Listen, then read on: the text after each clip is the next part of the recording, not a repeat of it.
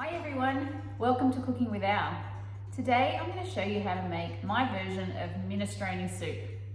This is my eldest daughter's favourite soup, so it's on high rotation here in our household in winter time.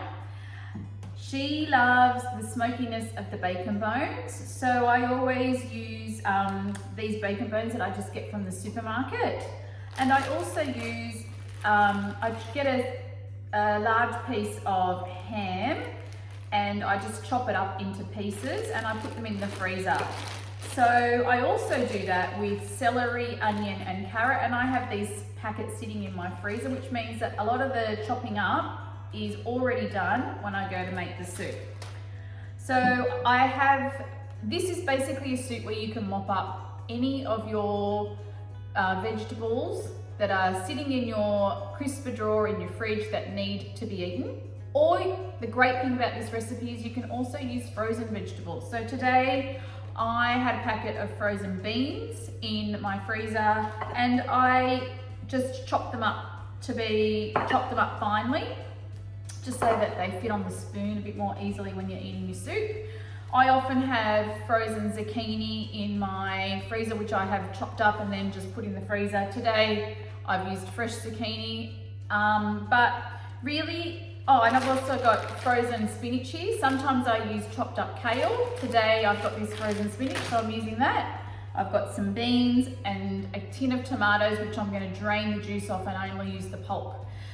So it's a really easy soup to put together. It takes a little bit of prep work, but if you do your prep work all at once and throw some of these things in the freezer, actually it doesn't take that long to come together. And because of the bacon bones, it produces a really beautiful flavour that your family, I'm sure, will love. So let's get cooking.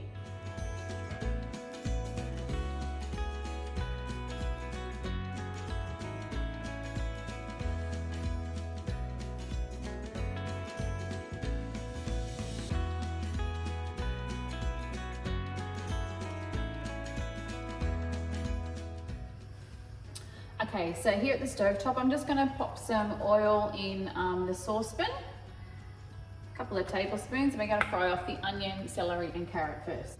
So I just soften these from frozen in the microwave for 2 minutes, and then actually just throw them in.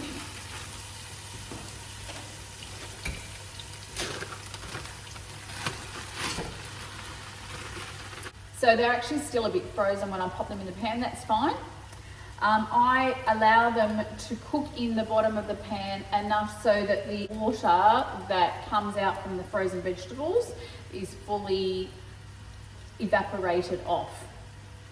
And then the vegetables will start to caramelize. When that happens, you throw in the bacon bones and the bacon pieces and the stock. All right, so I'm just going to leave that on high for the vegetables to cook. I'm going to drain off my tomatoes. I only like the pulp from the diced tomatoes. I don't like the juice because I feel like sometimes it's a bit bitter in my soup. So I just drain off 1 tin. And then I just squeeze all of the tomato juice out.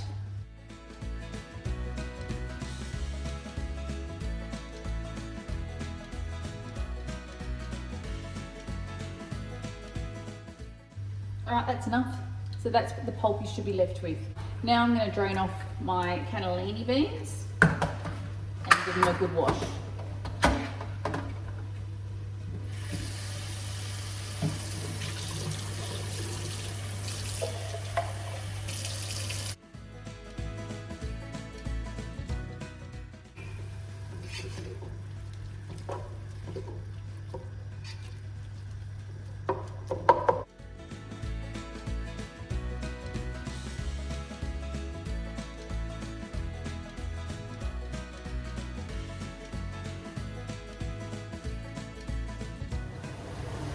Okay, so almost all of the liquid has evaporated off the vegetables.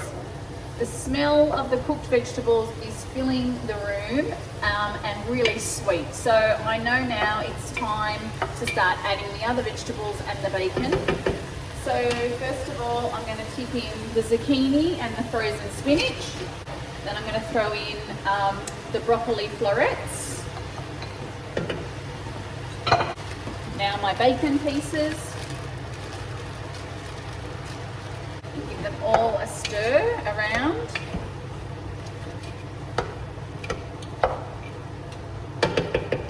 And then I'm going to nestle in the bacon bones.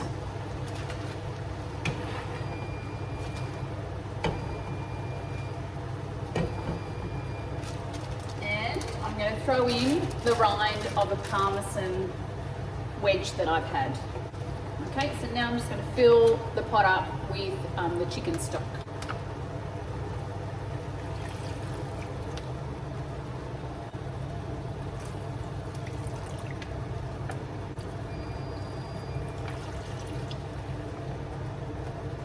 There's some bacon bones that are uncovered at the moment.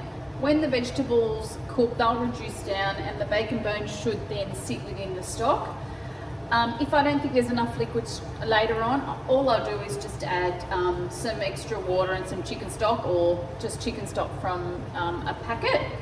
And after this is cooked, I'm going to add the beans, the tomatoes and the cannellini beans. I just like to add them at the very end. I don't like them to be particularly soft and mushy. So I'll let this cook off probably about a good half an hour to 40 minutes. I want the meat on the bacon bones to be softened enough that I can let them cool and pull the meat off the bones later on.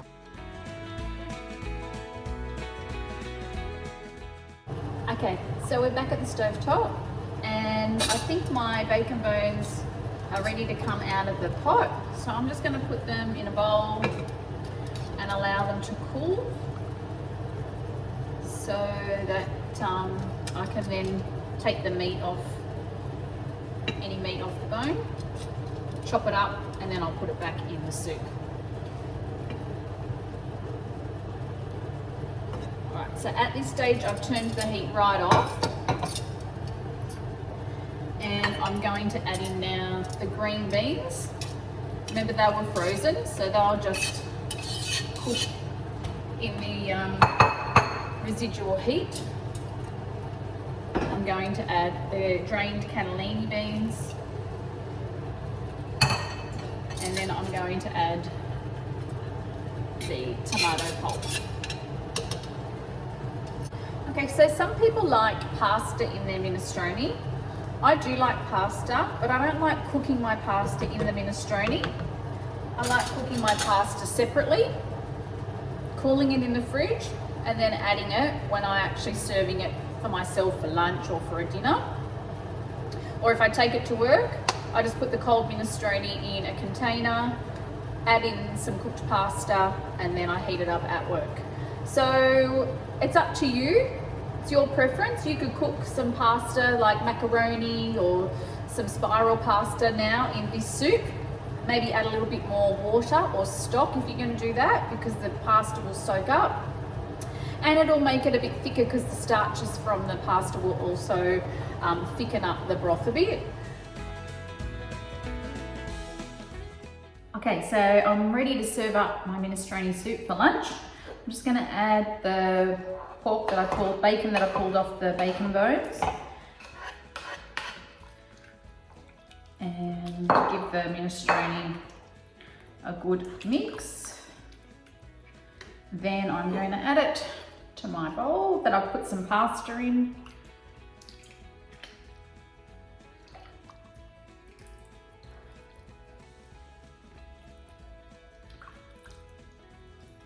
Nice big hearty bowl of soup. More like a dinner size than a lunch size, for me anyway. I like to add a sprinkle of parmesan on top. All right, there you go, my minestrone soup. Give it a test.